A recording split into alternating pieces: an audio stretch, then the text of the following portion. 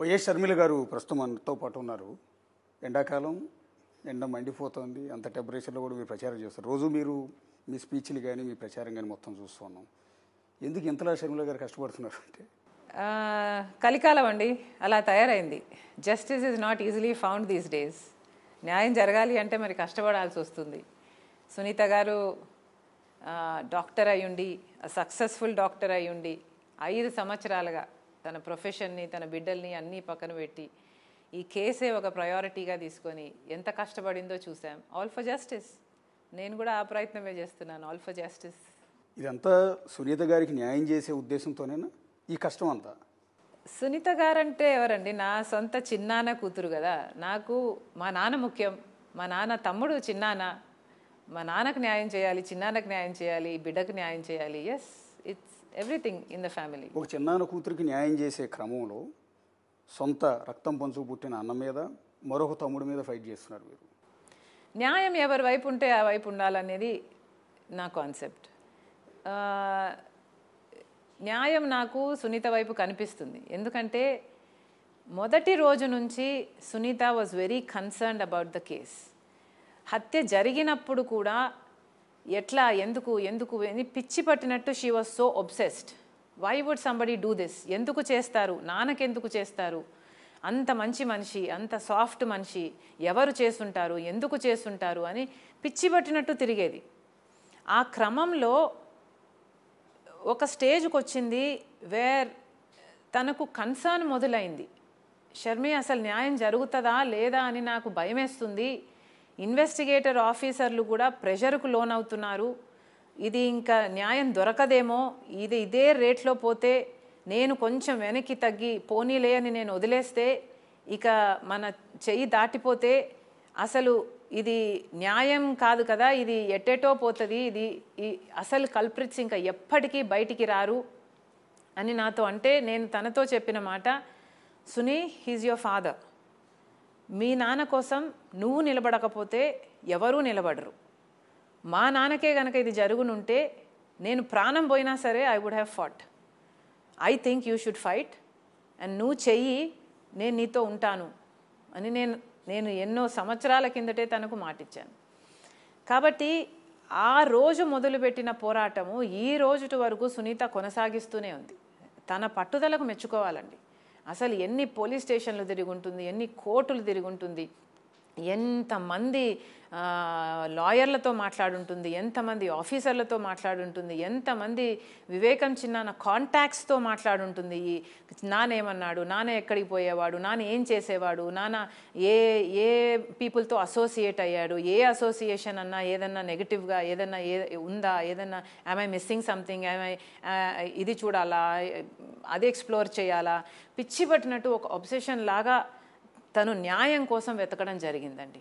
ఆ న్యాయం కోసం తను చేస్తున్న ఈ పోరాటంలో నేను తన కోసం చేస్తున్నది చాలా చిన్న వంతు.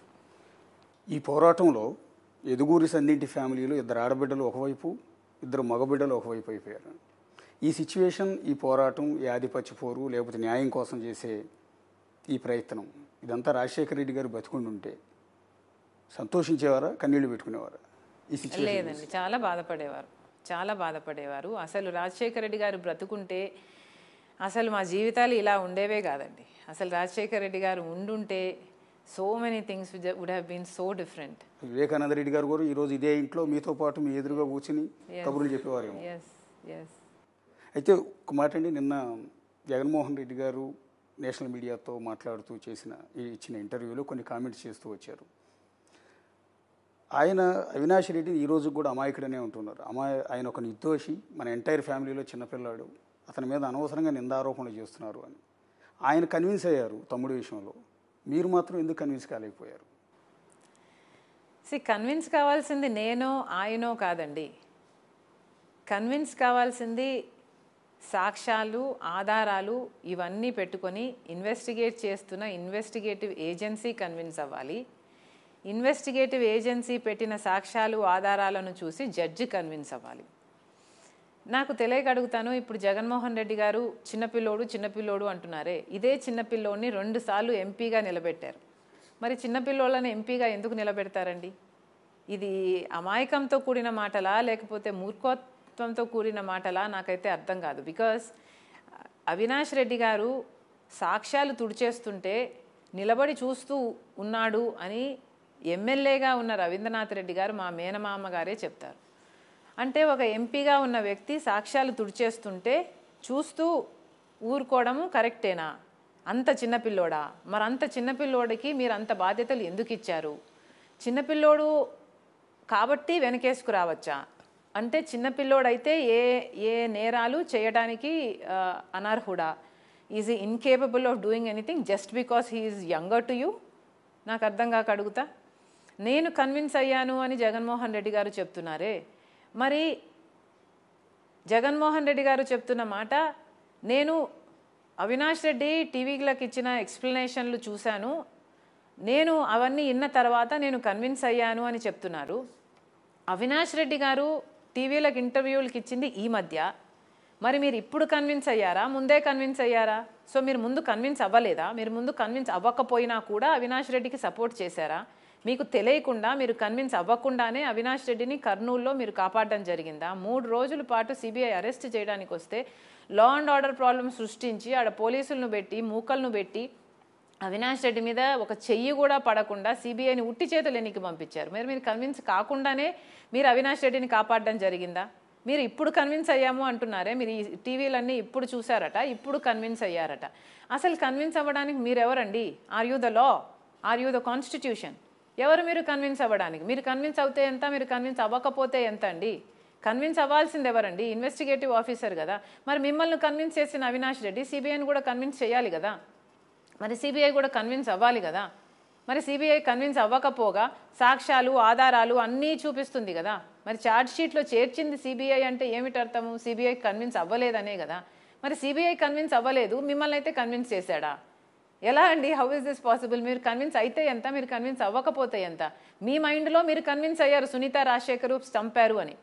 మీ మైండ్లో సునీత రాజశేఖర్ చంపునుంటే ఎందుకు కన్విన్స్ అయ్యారు మీరు సునీత రాజశేఖర్ చంపారని? మీ దగ్గర ఏదైనా సాక్ష్యాలు ఉన్నాయా? మీ దగ్గర ఏదైనా ఆధారాలు ఉన్నాయా? మీరే కదా ముఖ్యమంత్రి. సిబిఐ ఎంటర్ కాకముందు యు ఆర్ ఇన్ పవర్ కదా. మీ చేతుల్లో ఏమైనా ఆధారాలు ఉన్నాయా? బయట పెట్టండి, మాకు కూడా చూపించండి, నేను కూడా కన్విన్స్ అవుతానేమో. మరి సునీత రాజశేఖర్ మీద ఏ యాక్షను మీరు అధికారంలో ఉండి తీసుకోలేదు అంటే ఏమిటి అర్థం? మీ చేతుల్లో ఏ సాక్ష్యాలు ఏ ఆధారాలు లేవనే కదా. మరి ఇప్పుడు వచ్చి వాళ్ళు ఆ కోణంలో దర్యాప్తు చేయడం లేదు, సునీత రాజశేఖర్ కూడా ఇన్వాల్వ్ అయ్యున్నారు అని మీరు ఇప్పుడు మాట్లాడుతున్నారే. మరి సిబిఐ ఆ కోణంలో దర్యాప్తు చేయలేదు అని ఎందుకు అనుకుంటున్నారు మీరు? ఒకవేళ సిబిఐ దర్యాప్తులో వాళ్ళకు అగెయిన్స్ట్గా సాక్ష్యాలు ఉండుంటే సిబిఐ ఎందుకు దాచిపెడుతుంది? వాళ్ళకు అగెయిన్స్ట్గా సాక్ష్యాలు ఆధారాలు లేవు కాబట్టే కదా వాళ్ళ పేర్లను అక్యూజ్డ్లో చేర్చలేదు సిబిఐ. ఏం మాట్లాడుతున్నారండి? ముఖ్యమంత్రి స్థాయిలో ఉన్న వ్యక్తి ఇలా బయస్డ్గా వన్ సైడెడ్గా మాట్లాడితే ఇంకా ఈ కలికాలం అనాలి. దీన్ని న్యాయం ఎక్కడుందండి ఇక్కడ? అంటే జనానికి కూడా అర్థం కాదు అదేనండి. ఒకే ఫ్యామిలీలో రక్తం పంచుకు పుట్టిన చెల్లి మీరు, స్వయాన తండ్రికి తమ్ముడు కూతురు ఆవిడ, మీ ఇద్దరు క్లోజ్ రిలేషన్ నిజం చెప్పాలి అంటే. అలాంటి మిమ్మల్ని వదిలిపెట్టి ఇంకొక తాతగారి అబ్బాయి కొడుకు, అంటే కజిన్ బ్రదర్ మాత్రమే, మీరు ఓన్ సిస్టర్స్, ఆయన కజిన్ బ్రదర్ మాత్రమే. కజిన్ బ్రదర్ కోసం ఆయన ఎందుకు తాపత్రయపడుతున్నాడు? ఎందుకు ఆయన నిందలు పడుతున్నాడు? ఎందుకు ఆయన్ని ఈ రోజు కూడా అక్కడికి సిబిఐ కేసు నుంచి మీరు ఆరోపించినట్టుగా కాపాడే ప్రయత్నం చేస్తూ ఉన్నారు? తెలియదండి. అదే $1 million క్వశ్చన్. అదే అర్థం కాని వాటిలకు సమాధానాలు ఇవ్వకుండా నేను కన్విన్స్ అయ్యాను అవినాష్ రెడ్డి నిర్దోషి అని మాట్లాడుతున్నారు. కానీ ప్రశ్నలు ఉన్నాయి, కొన్ని సమాధానాలు చెప్పండి. అంత ఘోరంగా క్రూరంగా నరికితే ఇదే ఇంట్లో అండి, we're sitting in the same house, ఇల్లంతా రక్తమైంది, ఆయన మెదడు బయటకు వచ్చింది, అంత రక్తపాతం జరిగితే సాక్షి టీవీలో మాత్రం హార్ట్ అటాక్ అని చెప్పారు. ఎందుకు చెప్పారు? భారతిరెడ్డి గారు అప్పుడు చైర్మన్ సాక్షి టీవీకి. మరి అలా చెప్పిన దానికి ఎందుకు చెప్పారు అని ఈ రోజు వరకు సమాధానం చెప్పలేదు వారు. ఇన్ని మాట్లాడుతున్నారే నేను కన్విన్స్ అయ్యాను అని. ఎలా కన్విన్స్ అయ్యారో చెప్పండి. పోనీ దీనిలకు సమాధానం చెప్పండి. ఎందుకు హార్ట్ అటాక్ అని చెప్పారు? సిబిఐ ఎంక్వైరీ కావాలి అని వివేకానంద రెడ్డి గారు చనిపోయిన రోజున ఇక్కడే బయట మీడియాతో మాట్లాడుతూ జగన్మోహన్ రెడ్డి గారు చెప్పిన మాట. మరి ముఖ్యమంత్రి అయిన తర్వాత మీరు సిబిఐ ఎంక్వైరీ అవసరం లేదు అని ఎందుకు చెప్పారు? సిబిఐ ఎంక్వైరీ చేసుకుంటే మీకు పోయిందేముంది? మీకు దాచుకోవడానికి ఏం లేనప్పుడు, మీరు భయపడడానికి ఏం లేనప్పుడు ఎవరు ఎంక్వైరీ చేసుకుంటే ఏమండి? మీరు కడిగిన ముత్యంలాగా బయటికి రావచ్చు కదా. ఎందుకు అడ్డుపడుతున్నారు సిబిఐ ఎంక్వైరీకి? మీకు why don't you come out and say? మీ దగ్గర ఏమైనా సాక్ష్యాలు ఉన్నాయా చెప్పండి. మీరు కన్విన్స్ అయ్యాను అంటే మీరు సింపుల్గా మీరు కన్విన్స్ అయితే అందరూ కన్విన్స్ అవ్వాలని లేదు కదా. God is given everybody a mind to think కదా. మరి మీరు వన్ సైడెడ్గా బయస్డ్గా మీ స్వార్థం కోసం, మీ వైఫ్ రిలేటివ్స్ కాబట్టి మీ స్వార్థం కోసం మీకు అవసరం ఉందో లేకపోతే I don't know me equations ఏంటో, మీ స్వార్థం కోసం మీరు బయస్డ్గా నేను కన్విన్స్ అయ్యాను అని చెప్తే లోకమంతా కన్విన్స్ అవ్వాల్సిన అవసరం లేదు కదా. అవ్వట్లేదు. I'm not convinced. మాకన్నా కూడా మీకు బాగా తెలుసు, ఎంటైర్ ఫ్యామిలీ మనిషి మీరు. రీసెంట్గా మీరు ఒక కామెంట్ కూడా చేశారు, రిమోట్ కంట్రోల్ గురించి జగన్ గారికి ఎక్కువ బాగా తెలుసు, 2 బీల చేతిలో ఆయన రిమోట్ కంట్రోల్గా ఉన్నారు, ఒక బీ బీజేపీ అయితే 2 బీ ఇంట్లో ఉన్న భారతి గారు అని. అంటే భారతి గారికి క్లోజ్ రిలేటివ్ కదా అవినాష్ గారు, మీకంటే కూడా ఆయనకి ఆ బావ వరుస అవుతారు కదా. అంటే కుండ మార్పిడి చేసుకున్న సందర్భంలో మేనత్త కొడుకు బహుశా. అందువల్ల ఆవిడ ప్రెషర్ ఏమైనా ఉందా అతను కాపాడుకునేందుకు? నేను అన్న కమెంటు చాలా లైటర్ వేలో అన్నాను. నేను అన్న కమెంట్ ఏమిటంటే, నేను చంద్రబాబు చేతిలో రిమోట్ కంట్రోలు అని జగన్మోహన్ రెడ్డి గారు మాట్లాడారు కాబట్టి రిమోట్ కంట్రోల్ గురించి మీకు బాగా తెలుసు. రిమోట్ కంట్రోల్గా వ్యవహరిస్తున్నది మీరు. మోడీ చేతిలో 5 సంవత్సరాలుగా రిమోట్ కంట్రోల్గా ఉన్నారు, అలాగే మీ భారతీ చేతిలో కూడా మీరు ఉన్నారు అని చెప్పాను. ఎందుకంటే భారతీ ఫ్యామిలీ అవినాష్ రెడ్డి, నీ ఫ్యామిలీ షర్మిలారెడ్డి, సునీతారెడ్డి, నీ ఫ్యామిలీ కంటే కూడా నీకు భారతిరెడ్డి ఫ్యామిలీ ఎక్కువ అయిపోయింది ఈరోజు. సో ఆబ్వియస్లీ ఆ ఇన్ఫ్లుయెన్స్ నీ మీద ఎక్కువ ఉంది అని చెప్పే ప్రయత్నంలో చెప్పడం జరిగింది. అంటే ఒకవేళ ఆవిడ ప్రెషర్ ఉందంటారా అంటున్నాను నేను. ఆవిడ ఇన్ఫ్లుయెన్స్ ఉంటుంది, ఆయన న్యాచురలీ ఉంటుంది కదండి. మీ భార్య మాట మీరు వినరా? సో ఆబ్వియస్లీ ఉంటుంది, ఆ ఇన్ఫ్లుయెన్స్ ఉంటుంది. వివేకానంద రెడ్డి గారి హత్య కేసులో అవినాష్తో పాటు భారతి గారి పేరు కూడా ప్రధానంగా వినిపించింది. సిబిఐ మెన్షన్ చేసిన పాయింట్ అవుట్ చేసింది, తెల్లవారుజామున మర్డర్ అయిన వెంటనే ఫస్ట్ కాల్ 4:30కి భారతి గారికి వెళ్ళింది అని. సో ఆ ఉద్దేశంతో ఆవిడ పాత్ర కూడా ఉందని ఎస్టాబ్లిష్ చేసే క్రమంలో ఆ మాట అన్నారు అని. $1 మిలియన్ క్వశ్చన్ ఏమిటంటే, జగన్మోహన్ రెడ్డి గారి ఇన్వాల్వ్మెంట్ ఎంత, జగన్మోహన్ రెడ్డి గారు ఎందుకు ఇలా కన్విన్స్ అయ్యారు, ఎందుకు ఇలా వన్ సైడెడ్గా ఉన్నారు అన్నది $1 మిలియన్ క్వశ్చన్. ఎవరు ఎంత ఇన్వాల్వ్ అయ్యారు అన్నది నేను చెప్పలేను, because I'm not the investigating officer. ఒకవేళ ఫోన్ కాల్ పోయింది, అక్కడ ఆ సందర్భంలో ఏం జరిగింది అన్నది నాకు పూర్తిగా తెలియదు.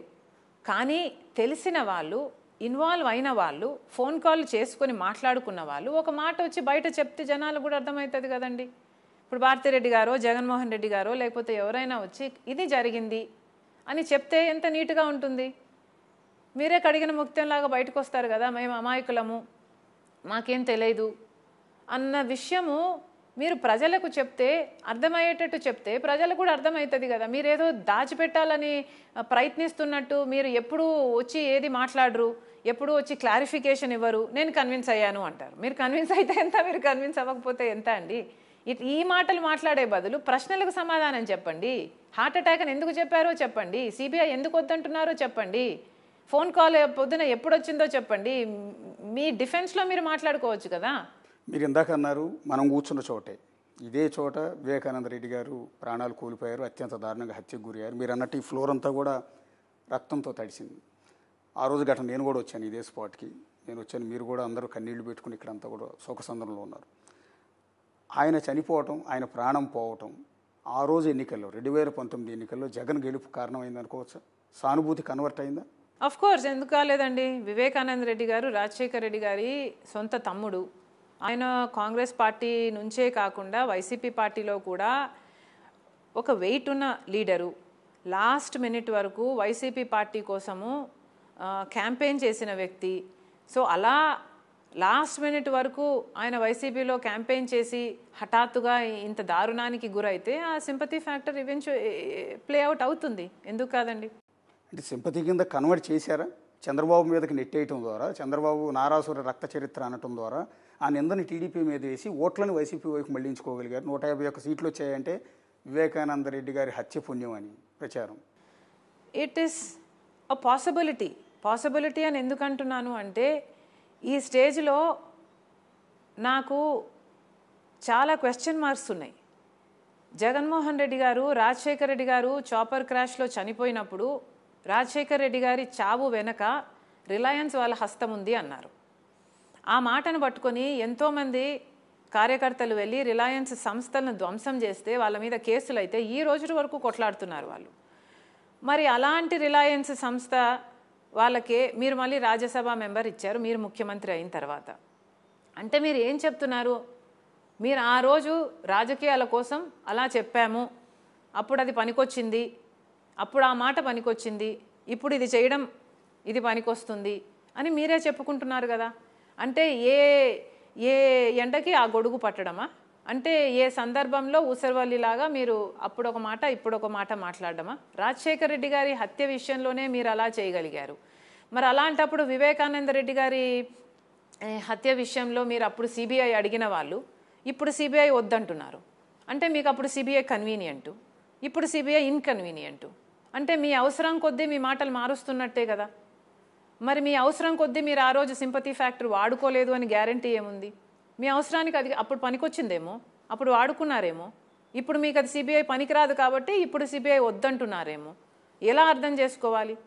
రాజశేఖర రెడ్డి గారి పేరు మొదట్లో కాంగ్రెస్ పార్టీ ఛార్జ్షీట్లో పెట్టింది అని జగన్మోహన్ రెడ్డి గారు చెప్తే నేనే కాదు అందరం నమ్మామండి.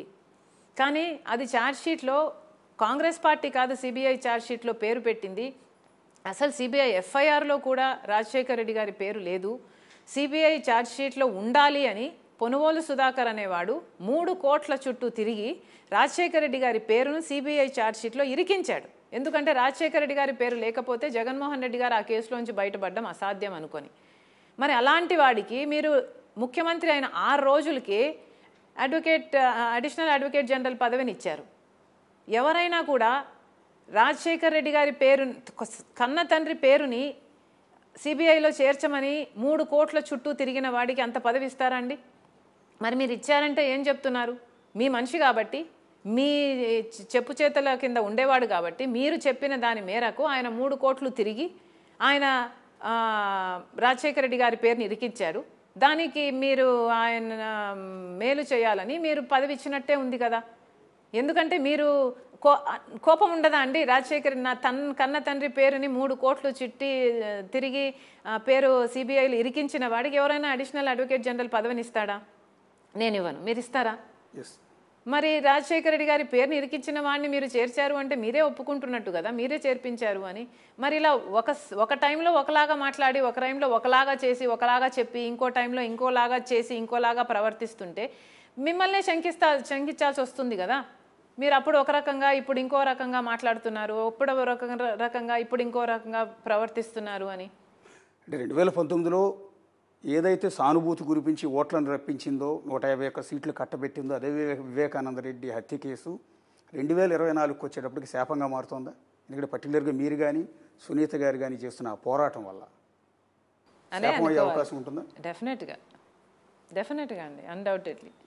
న్యాయాన్ని ఎవరు తొక్కి పెట్టాలని చూసినా దేవుడు క్షమించడండి. నాకు ఆ స్ట్రాంగ్ బిలీఫ్ ఉంది. వివేకానంద రెడ్డి గారి విషయంలో జరిగింది అన్యాయం. సాక్ష్యాలు ఆధారాలు అన్నీ ఉండి కూడా దోషి వీళ్ళు అని చెప్తున్నా కూడా మీరు మూర్ఖంగా నేను కన్విన్స్ అయ్యాను అని మీరు ఒక మాటతో తప్పించుకోవడం is not right, is not fair. ఆ శాపం ఎంతవరకు వర్కౌట్ అవుతుంది అనుకుంటున్నారు? అంటే సునీత రెడ్డి గారు చేసే పోరాటం, ఢిల్లీలోకి వెళ్ళి నా తండ్రిని చంపిన వాళ్ళని అరెస్ట్ చేయండి అని ఆమె వేడుకున్న తీరు చూసి 2 తెలుగు రాష్ట్రాల్లో ఉన్న చాలామంది మహిళలు కళ్ళం నీళ్లు పెట్టుకున్నారు. ఆ సందర్భంలో ఒక తండ్రి అత్యంత దారుణంగా హత్యకు గురైతే ఒక కూతురు ఢిల్లీ వీధుల్లోకి వెళ్ళి న్యాయం కోసం ఫైట్ చేస్తుంటే ఆవిడకి ఎవరు సపోర్ట్ లేక అల్లాడిపోతుంటే జనాలు కన్నీళ్లు పెట్టుకున్నారు.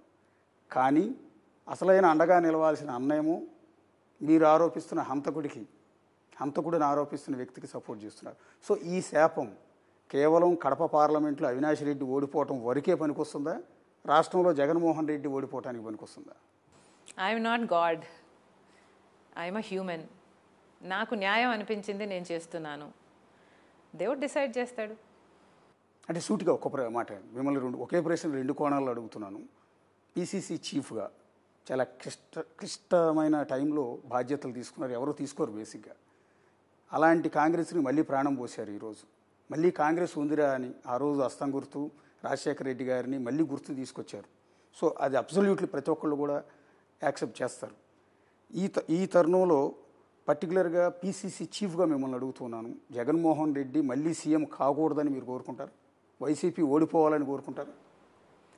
కాంగ్రెస్ పార్టీ అధికారంలోకి రావాలని నేను కోరుకుంటున్నాను. కాంగ్రెస్ పార్టీ బలపడాలి. రాజశేఖర్ రెడ్డి గారు మొదట పిసిసి చీఫ్ అయినప్పుడు కూడా ఇదే పరిస్థితే. కాంగ్రెస్ స్థితి చాలా దయనీయంగా ఉన్నింది. అప్పుడు ఎన్టీఆర్ గారి వేవ్ ఫుల్ స్వింగ్లో ఉన్నింది. అప్పుడు రాజశేఖర్ రెడ్డి గారు పిసిసి పగ్గాలు చేపట్టి ఆఖరికి 2 సార్లు కాంగ్రెస్ పార్టీని అధికారంలోకి తీసుకొచ్చిన నాయకుడు రాజశేఖర్ రెడ్డి గారు. నాకు పూర్తి విశ్వాసం ఉంది. నేను కూడా మంచి కాజ్ కోసం కష్టపడుతున్నా కాబట్టి దేవుడు ఆశీర్వదిస్తారు. నా స్ట్రాటజీ అయినా, నా అజెండా అయినా, నా డెస్టినేషన్ అయినా కాంగ్రెస్ పార్టీ అధికారంలోకి రావాలి. బికాజ్ కాంగ్రెస్ పార్టీ మాత్రమే ప్రత్యేక హోదా తేగలదు మన రాష్ట్రానికి. కాంగ్రెస్ పార్టీ మాత్రమే ప్రత్యేక హోదా కోసం కొట్లాడగలదు మన రాష్ట్రంలో. ఒకవైపు చంద్రబాబు గారు, ఒకవైపు జగన్మోహన్ రెడ్డి గారు, ఇద్దరి చేతుల్లో 5 సంవత్సరాలు అధికారం పెడితే ఇద్దరూ వాళ్ళ స్వప్రయోజనాల కోసం కాంగ్రెస్ పార్టీ ప్రత్యేక హోదాను తాకట్టు పెట్టారు. పోలవరం ప్రాజెక్టును తాకట్టు పెట్టారు. రాజధాని కూడా లేదు మనకి ఈ రోజున. కడపలో స్టీల్ ఫ్యాక్టరీ కూడా లేదు. ఒక్కటి కూడా సాధించుకోలేకపోయాం. ఇవన్నీ జరగాలి అంటే బీజేపీ వల్ల కాదు. 10 సంవత్సరాలుగా బీజేపీ పార్టీ అధికారంలో ఉండి వాళ్ళు చెయ్యరు అని నిరూపణ అయిపోయింది. కానీ అదే బీజేపీ పార్టీకి పొత్తులు పెట్టుకుంటున్నారు చంద్రబాబు గారైనా, జగన్మోహన్ రెడ్డి గారైనా. సో ఈ 3 చెయ్యలేనిది కాంగ్రెస్ పార్టీ మాత్రమే చేస్తుంది. మనకు ప్రత్యేక హోదా అయినా, రాజధాని అయినా, మన ప్రతి హక్కు సాధించుకోవాలంటే it's only possible with Congress. ఆ కాంగ్రెస్ పార్టీని నేను అధికారంలోకి తీసుకురావడానికి శ్రమ వంచన లేకుండా పనిచేస్తాను. ఇప్పుడు మీరు కష్టపడుతున్న తీరు చూసిన తర్వాత మీలో రాజశేఖర రెడ్డి గారిని ప్రతి ఒక్కళ్ళు కూడా చూసుకుంటున్నారు. అది తెలంగాణ కావచ్చు, ఆంధ్ర కావచ్చు. ప్రతి ఒక్క ఓటర్ మళ్ళీ రాజశేఖర రెడ్డి గారే వచ్చారా అన్నట్టుగా మిమ్మల్ని భావిస్తున్నారు. అబ్జల్యూట్లీ మీ కాన్ఫిడెన్స్ మీద లేకపోతే మీ స్టామినా మీద అందరికీ కూడా ఉంది. మళ్ళీ కాంగ్రెస్కి పూర్వ వైభవం దిశగా తీసుకెళ్తారన్న నమ్మకం కూడా జనాలు అందరిలో వచ్చింది. సరే, అది పిసిసి చీఫ్గా మిమ్మల్ని ఆ మాట అడిగాను. వైఎస్ రాజశేఖర రెడ్డి కుమార్తెగా వైఎస్ జగన్మోహన్ రెడ్డి మళ్ళీ సీఎం అవ్వాలని కోరుకుంటారా లేదా? జగన్ సోదరిగా అడుగుతున్నాను. నేను ఉట్టి జగన్ సోదరిని కాదు. నేను I am a daughter, I am a sister, I am a wife, I am a mother, I am also the PCC chief. So ఇన్ని బాధ్యతల మధ్య అన్నిటినీ బ్యాలెన్స్ చేసుకుంటూ పోవడమే ఏ మనిషి అయినా, నేనైనా, మీరైనా, ముఖ్యంగా ఒక మహిళ అయితే ఇంకెక్కువ ఆలోచన చేస్తుంది ఇమోషనల్ సెంటిమెంట్స్ గురించి.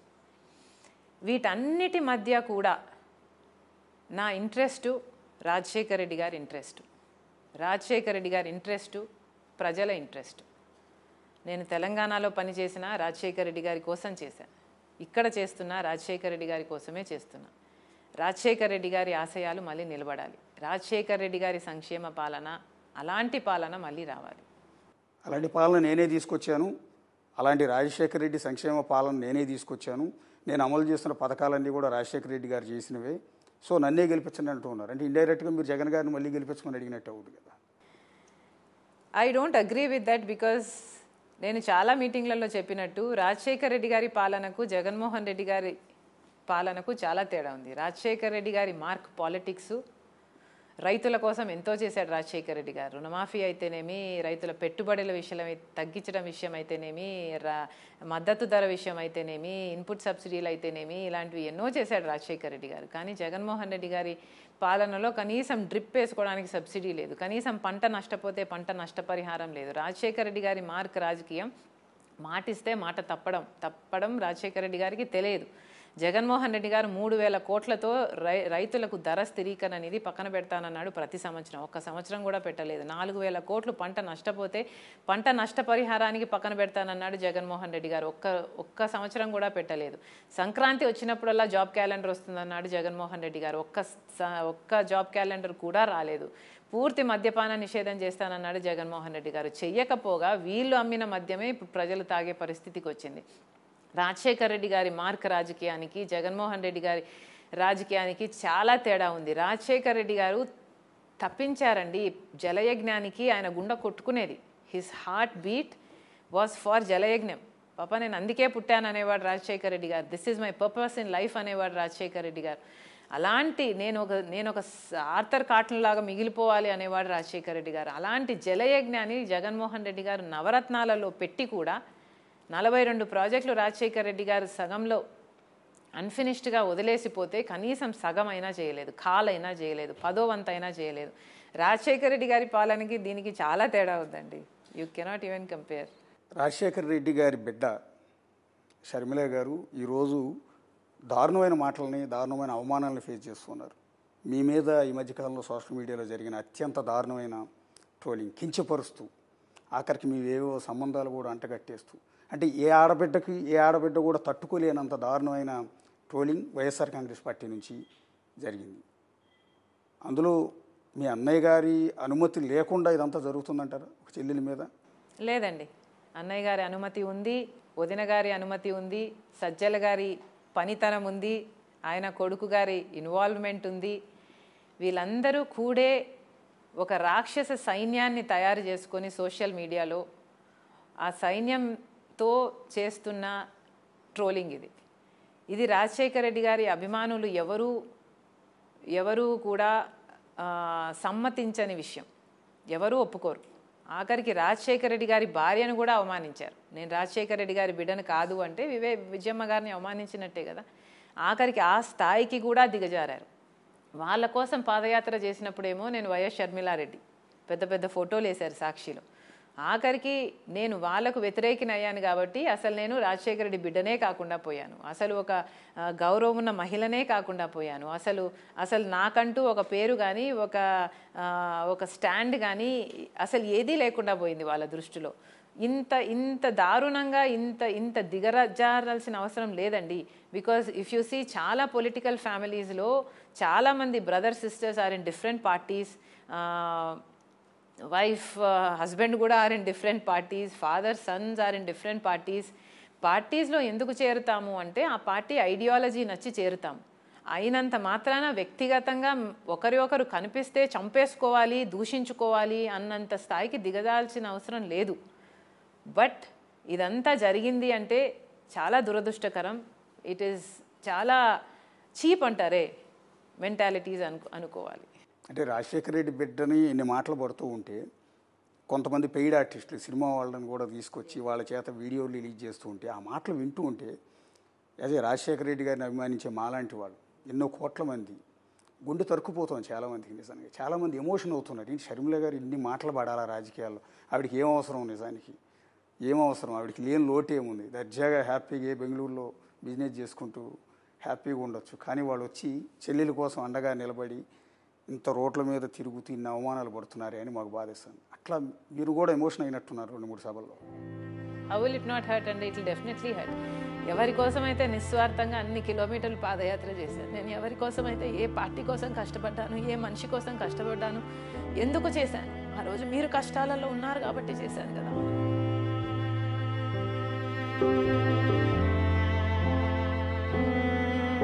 అంతగా కష్టపడి అంత త్యాగం చేస్తే కూడా, నా బిడ్డలను సైతం పక్కన పెట్టి, నా ఇంటిని సైతం పక్కన పెట్టి అంత త్యాగం చేస్తే కూడా మీకు ఈరోజు అదే కాదు, ఏది గుర్తులేదు. అసలు చెల్లెలన్న విషయం కూడా గుర్తులేదండి. It's sad, it's very sad. కానీ ఏ చెల్లెలకి రాకూడని కష్టం కదండి ఇది. ఏ అన్న కూడా ఇలాంటివి చేయకూడదేమో. బహుశా ఒకవేళ ఆయనకి తెలియకుండా జరిగితే దాన్ని ఇమీడియట్గా కట్ చేయాల్సిన పరిస్థితి కూడా ఉంటుంది కదా. నా చెల్లెలు, నా రక్తం పుంజు పుట్టిన చెల్లెలు రాజశేఖర రెడ్డి బిడ్డని ఇలా అంటున్నారు ఏంటని ఒక అన్న ఖచ్చితంగా కంట్రోల్ చేయాలి. కంట్రోల్ చేసే పరిస్థితి కూడా ఎక్కడ కనిపించలేదు కదా. ఎక్కడ కనిపించలేదండి. అసలు కేసీఆర్ నా వెహికల్ను టో చేసినప్పుడు కూడా మోడీ గారు అడిగారంట ఆయనని, కానీ ఈయనలో చలనం లేదు. అంత బండరాయిలాగా తయారైపోయాడు. ఎట్లా అండి? మీ ఫ్యామిలీ విషయం నిజానికి చాలామందికి జనానికి తెలుసుకోవాలనే ఉద్దేశంతో అడుగుతున్నాను యాక్చువల్లీ. అసలు ఒకే తల్లి కడుపును పుట్టిన అన్నా చెల్లెళ్ళు కలిసి పెరిగారు, కలిసి ఆడుకున్నారు, కలిసి చదువుకున్నారు. సరే పెళ్ళి అయిన తర్వాత లేకపోతే పిల్లలు పుట్టిన తర్వాత ఫ్యామిలీస్ కొంత మీరు బయటకు వెళ్ళి ఉంటారు.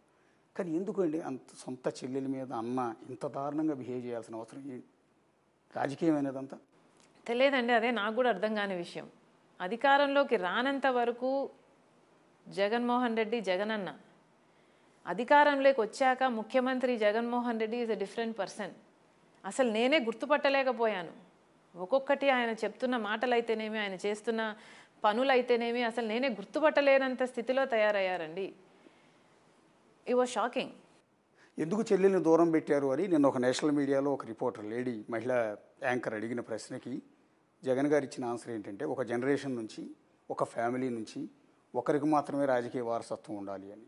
అది నేను మాత్రమే ఉన్నాను, నా చెల్లెలు రావటం నాకు ఇష్టం లేదు. ఒకే ఫ్యామిలీలోంచి వస్తే నెపోటిజం లేకపోతే ఇంకొకటి రేపొద్దున ఆవిడికి నేనేదో మెయిల్ చేస్తే మళ్ళీ కుటుంబ రాజకీయం చేశారని నా మీద ఆరోపణలు చేస్తారు కాబట్టి నేను షర్మిలను దూరంగా ఉంచానంటున్నారు.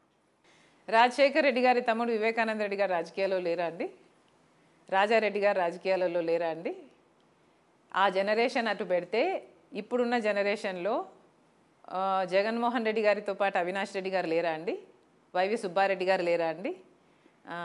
విజయమ్మ గారు లేరా అండి? వైవి సుబ్బారెడ్డి గారి ఏమంటారు చెల్లెలు భర్త లేరా అండి? ఇలా ఎంతమంది లేరండి? బంధువులుగా ఉన్నవారు ఎంతమంది లేరు? లేనిది నేను ఒక్కదాన్ని.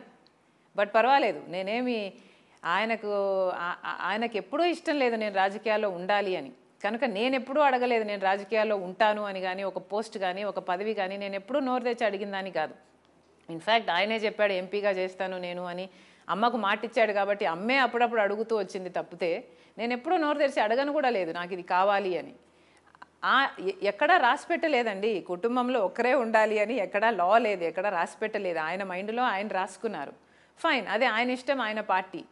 కాకపోతే ఇదేదో నేను ఇన్సిస్ట్ చేశాను అందుకు ఈ డిఫరెన్సెస్ వచ్చాయి అన్న ప్రచారం చేయడం is not right, because that is not what happen. అంటే చంద్రబాబు రేవంత్ రెడ్డి కలిసి మీకు ఏదో రాజ్యసభ సీట్ ఇస్తా అన్నారు, లేకపోతే ఇంకో పదవి ఏదో ఇస్తా అన్నారు, అందుకని ఆమెను తీసుకొచ్చి వ్యూహాత్మకంగా నా మీద, నా చెల్లిని నా మీదే ప్రయోగిస్తున్నారు. రేవంత్ రెడ్డి స్కెచ్ చేస్తున్నారు. అంటే టీడీపీ పార్టీలో నాకు రాజ్యసభ ఇస్తారా? కాంగ్రెస్ పార్టీలోనో లేకపోతే టీడీపీలోనో మీకు కోరినట్టుగా రేపొద్దున అవసరమైతే అక్కడ ఉన్న రేవంత్ రెడ్డి, ఇక్కడ ఉన్న చంద్రబాబు కలిసి మీకు రాజ్యసభ లేకపోతే ఇంకోటో. చంద్రబాబు గారి పిచ్చి పట్టిందేమో అని నాకు ఒక చిన్న అనుమానంగా ఉందండి. Because Jaganmohan Reddy is so obsessed with Chandrababu గారు. చాలా డిల్యూషనల్గా ఆలోచనలు చేస్తున్నారు. చంద్రబాబు గారు నన్ను కంట్రోల్ చేస్తున్నారట, చంద్రబాబు గారు సునీతను కంట్రోల్ చేస్తున్నారట, న్యాయం కోసం పోరాడుతుంది తనకు కంట్రోల్ చేస్తున్నారు. చంద్రబాబు గారు రేవంత్ రెడ్డి గారిని కూడా కంట్రోల్ చేస్తున్నారట. చంద్రబాబు గారు ఆఖరికి మోడీని కూడా కంట్రోల్ చేస్తున్నాడంట, ఎందుకంటే చంద్రబాబుతో పొత్తు పెట్టుకున్నాడు కాబట్టి. చంద్రబాబు గారికి అంత పవర్ ఉందా అండి? చంద్రబాబు గారికి అంత పవర్ ఉంటే మరి జైలుకి ఎందుకు వెళ్తాడండి? చంద్రబాబు గారు అంత పవర్ఫుల్గా చేసేది ఎవరండి? జగన్మోహన్ రెడ్డి గారు కదా. ఈయనలాగానే పక్క రాష్ట్రంలో రేవంత్ రెడ్డి గారు ఒక ముఖ్యమంత్రి స్థాయిలో ఉన్న వ్యక్తిని పట్టుకొని ఇంకోటి కంట్రోల్ చేస్తున్నాడు అంటే ఏం చెప్తున్నాడంటే ఈయనని ఇంకోటి కంట్రోల్ చేస్తున్నాడనా? ఈయన ఎవరి చేతితో కంట్రోల్ అవుతున్నాడండి? ఏం మాట్లాడుతున్నారండి? ఒక ముఖ్యమంత్రి స్థాయిలో ఉన్న వ్యక్తి ఇంకొక రాష్ట్రంలో ఉన్న అపోజిషన్ లీడర్ కంట్రోల్ చేస్తున్నాడా? ఆ అపోజిషన్ లీడర్కు పవర్ ఉంటే ఆయన జైలుకు పోకుండా ఆయన నన్ను కాపాడుకోలేడా? జగన్మోహన్ రెడ్డి గారికి ఒక పిచ్చి పట్టినట్టే నాకు ఆయన మెంటల్ కండిషన్ మీద నాకు జెన్యున్గా కన్సర్న్ ఉంది. ఒక చెల్లెలిగా I want his mental health to be fine and sound. కాబట్టే ఆ రోజు నేను అద్దం చూపించి అన్నా మీరు కనిపిస్తున్నారా, చంద్రబాబు గారు కనిపిస్తున్నారా, దీంట్లో చెక్ చేసుకోండి అని పంపించడం జరిగింది. బికాజ్ ఏది మాట్లాడినా చంద్రబాబే కారణం అండి. ఏదైనా చంద్రబాబే కారణం అన్నట్లు మాట్లాడుతున్నారు అంటే ఇంకా మీరు చంద్రబాబు గారు పిచ్చి పట్టినట్టు డిల్యూషనల్గా మీరు ఆలోచనలు చేస్తున్నారు అని మీరే ప్రూవ్ చేసుకుంటున్నారు కదా. ఆయన నాకు రాజ్యసభ ఇవ్వడం ఏందండి? చంద్రబాబు నాకు రాజ్యసభ ఇవ్వడం ఏంటి? చంద్రబాబు నాకు రాజ్యసభ ఇవ్వగలడంటే నేను ఆ పార్టీలోనే చేరేదాన్ని కదా. అంటే అన్న రీసెంట్గా చేసిన ఒక కామెంట్, పసుపు చీర కట్టుకుని చంద్రబాబు నాయుడు ఇంటికి వెళ్ళింది షర్మిల అనే మాట, మేమందరం రియల్గా చాలా బాధపడ్డాము. అంటే ఒక చెల్లెల్ని ఏ చీర కట్టుకుంది అని ఒక అన్న అంటాడు. నేనైతే నాకు ఒక చెల్లెలు ఉంది, నేనైతే అట్లా అనను. చాలా బాధాకరం అండి. అసలు పసుపు రంగులో తప్పేముందో నాకు ఫస్ట్ అర్థం కాలేదు. బికాజ్ రాజశేఖర రెడ్డి గారే పసుపు రంగు గురించి సాక్షిలో బ్యానర్గా పెట్టేటప్పుడు సాక్షిలో పసుపు రంగు ప్రపోజల్ వస్తే వై నాట్ అన్నాడు రాజశేఖర రెడ్డి గారు. ఏం పసుపు రంగు చంద్రబాబు గారు సొంతమా? ఆయన ఏమైనా పేటెంట్ రైట్ తీసుకున్నారా? వాళ్ళ సొంతమేం కాదు, పెట్టుకోండి అని ఆ రోజు రాజశేఖర రెడ్డి గారే గ్రీన్ సిగ్నల్ ఇచ్చారు సాక్షిలో అది పెట్టడానికి కోసం. అలాంటిది పసుపు రంగుతో చంద్రబాబు గారిని అసోసియేట్ చేయడము వెరీ అన్లైక్ రాజశేఖర రెడ్డి గారు. అయితే ఇంకా మోస్ట్ బ్యాఫ్లింగ్ ఇస్ తన చెల్లెలు పసుపు రంగు కట్టుకొని ఒకరి ఇంటికి పోయింది, మోకరిల్లింది, వాళ్ళ స్క్రిప్ట్ చదువుతుంది, మక్కి పట్టి అని ఎంత మనసులో ఎంత ద్వేషము, ఎంత విషము లేకపోతే అంతటి మాటలు మాట్లాడతారు అని నాకే ఆశ్చర్యం వేసిందండి. అసలు నేను పొద్దున్నే డిసైడ్ చేసుకొని ఏ చీర కట్టుకోవాలి, ఏ ప్రోగ్రాంలు ఉన్నాయి ఈరోజు అనేది నా షెడ్యూల్ను చూసి నేను చీర మ్యాచ్ చేసి కట్టుకోను. రెడీ అయ్యి బయటకు వచ్చిన తర్వాత ఆ రోజు స్కెడ్యూల్లో ఏమేమి అపాయింట్మెంట్స్ ఉన్నాయో ఆ అపాయింట్మెంట్స్ చేసుకుంటూ పోతాం. దానికి అదేదో నేను ఇంటెన్షనల్గా నేను పసుపు చీర కట్టుకొని వెళ్ళినట్టు ఈయన చూశాడా అండి నేను మోకరిల్లడము? ఏం మాటలు మాట్లాడుతున్నారండి? రాజశేఖర రెడ్డి గారి బిడ్డ వెళ్ళి ఇంకొకరి దగ్గర మోకరినాల్సిన అవసరం ఏముందండి? రాజశేఖర రెడ్డి గారు వెళ్ళి తన బిడ్డ పెళ్ళవుతుందని కార్డు ఇచ్చాడు, అదే చంద్రబాబు గారికి. ఆయన వచ్చాడు కూడా. నేను కూడా నా కొడుకు పెళ్ళవుతుంటే కార్డు ఇచ్చాను మర్యాదగా. రావడం రాకపోవడం ఆయన ఇష్టం, బట్ కార్డు ఇవ్వడం వరకు మన మర్యాద వరకు, మా following in dad's foot steps అన్నట్లు నేను పోయా. మక్కీ కూడా నేను బట్టి కొట్టి ఆయన చెప్పిందంట నేను అప్పచెప్తున్నానంట. మక్కీ చెప్పే అలవాటు ఎవరికి ఉందండి? జగన్మోహన్ రెడ్డి గారు పేపర్ చూడండి, అసలు ఒక మీటింగ్ ఒక 2 నిమిషాలు కూడా మాట్లాడలేకపోతున్నారు ఈ మధ్య. మక్కీ ఎవరికి అలవాటు ఉందండి? ఎంత మనసులో ఎంత విషము ద్వేషము ఎంత లేకపోతే అలాంటి మాటలు మాట్లాడతారో నాకు కూడా చాలా బాధేసింది. అవినాష్ రెడ్డి కనుక కడప ఎంపీగా మరోసారి సీట్ ఇవ్వకపోతే షర్మిల ఎన్నికల్లో పోటీ చేసేవారు అసలు? లేదండి. అవినాష్ రెడ్డికి సీటు కేటాయించకపోతే, అవినాష్ రెడ్డి బరిలో లేకపోతే షర్మిలారెడ్డి కడపలో పోటీ చేసేది కాదు, అవసరం లేదు. ఇది వివేకానంద రెడ్డి మర్డర్ కేసుకి రాబోయే ఎన్నికలు ఒక రెఫరెండం లాగా కనిపిస్తున్నాయి, పర్టికులర్గా కడప పార్లమెంటు నియోజకవర్గానికి సంబంధించి. నాకు సంబంధించినంత వరకు న్యాయానికి నేరానికి మధ్య జరుగుతున్న పోరాటం. కళ్ళ ముందరే ఇంత అన్యాయం జరుగుతుంటే ఇంకా భరించలేక నేను బరిలో దిగాను. బికాస్ ఒక మర్డర్ అక్యూజ్డ్ని మీరు కాపాడడమే కాకుండా 5 సంవత్సరాలు మళ్ళీ అదే మర్డర్ అక్యూజ్డ్ని, చిన్నాన మర్డర్ అక్యూజ్డ్ని మీరు పోటీకి కూడా నిలబెట్టారు. ఎంత అహంకారం కాకపోతే, ప్రజలు ఎంత పిచ్చోళ్ళు కాకపోతే అని మీకు నమ్మకం లేకపోతే మీరు మళ్ళీ అదే పొరపాటు ఎందుకు చేయాలనుకుంటారు? మర్డర్ అక్యూజ్డ్ అని సాక్ష్యాలు ఆధారాలు అన్నీ ఉన్నాయి. ఇంకో పక్క సునీతమ్మ అరుపేరుగని పోరాటం చేస్తూనే ఉంది. మరి అలాంటప్పుడు మీరు ఆ కుటుంబానికి ఇవ్వాల్సిన భరోసా ఇవ్వకపోగా మర్డర్ అక్యూజ్డ్గా ఉన్న వాళ్ళకి మళ్ళీ టికెట్ ఇస్తారా? ఎక్కడ న్యాయం అండి ఇది? మర్డర్ అక్యూజ్డ్గా లేకపోతే వేరే విషయం, మర్డర్ అక్యూజ్డ్గా సాక్ష్యాలు లేకపోతే ఇంకొక విషయం. సాక్ష్యాలు ఉన్నాయి, ఆధారాలు ఉన్నాయి, అక్యూజ్డ్గా ఛార్జ్ షీట్లో పేరు పెట్టారు, మీరు కర్నూలులో అంత ప్రొటెక్ట్ చేసుకొని కాపాడారు, అంత చేసి మళ్ళీ ఆయనకే టికెట్ ఇవ్వడం అంటే ఇంకెవరు లేరా అండి? రాజశేఖర రెడ్డి గారి కుటుంబంలో మీరు బంధువులకే ఇవ్వాలనుకుంటే జార్జ్ రెడ్డి కొడుకులు లేరా? రవీంద్రనాథ్ రెడ్డి కొడుకులు లేరా? ఎవరికి ఇవ్వకూడదు మీరు టికెట్? మళ్ళీ అవినాష్ రెడ్డికే ఇచ్చారంటే ఏమిటి మీ అహంకారం? కాకపోతే ఏమిటిది? స్టిల్ ఇప్పటికీ ఆయన అంటున్నమాట, అక్క చెల్లెళ్ళు ఈ విధంగా రోడ్డు మీదకి వచ్చి జనాలందరి దగ్గరికి వెళ్ళి వివేక హత్య కేసు నిందితుల గురించి పదే చెప్పి ఎంత కష్టపడుతున్నా కూడా జగన్మోహన్ రెడ్డి అన్న మాట ఏంటంటే, మా చెల్లి అక్కడ ఎంపీగా గెలవదు, ఎట్టి పరిస్థితిలో గెలవదు, నాకు అదే బాధ వేస్తుంది, ఆవిడ ఓడిపోవటమే నాకు బాధ కలిగిస్తుంది అని అంటున్నాను. దేవుడు అంత బాధ పెట్టాడండి, నేను కూడా అంత బాధ పెట్టదలుచుకోలేదు, నేను తప్పకుండా గెలుస్తాను. కన్క్లూడ్ చేసే ముందు ఒకటే అండి, బేసిక్గా ఇది సరే ఇప్పటిదాకా మిమ్మల్ని ఏడిపించాము, నిజంగా బాధ పెట్టాము కూడా, కొన్ని ఇష్యూలు గుర్తు చేసి అది సందర్భం ప్రజలకు చెప్పాలనే ఉద్దేశంతో. కాకపోతే మీ గురించి ఒక వెరీ ఇంట్రెస్టింగ్, యాక్చువల్లీ మీకు ఒక బ్రాండింగ్ వచ్చింది తెలుగు రాష్ట్రాల్లో, మీరు గమనించారో లేదో.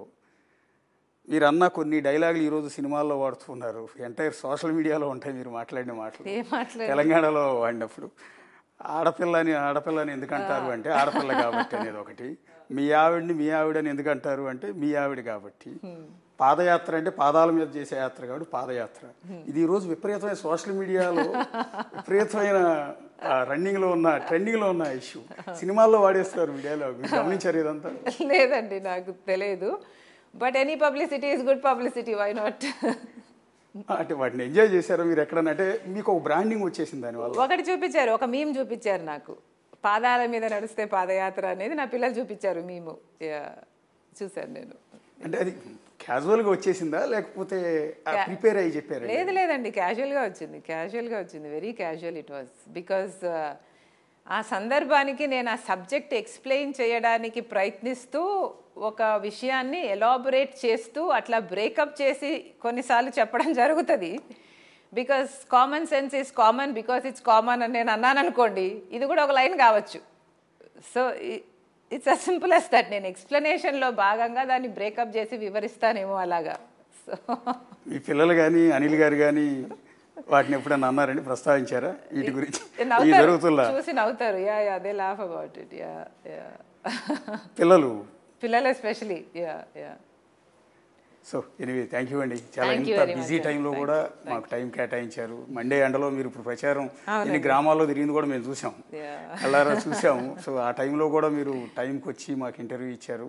సో ఆల్ ది బెస్ట్ అండి. మీరు కోరుకున్నది నెరవేరాలి, మీకు న్యాయం జరగాలి, మీతో పాటు సునీతారెడ్డి గారికి న్యాయం జరగాలని మేమందరూ కూడా కోరుతున్నాం. మరొక నాయకుడితో మరొక నియోజకవర్గంలో మళ్ళీ కలుద్దాం. అంతవరకు signing off. This is the show.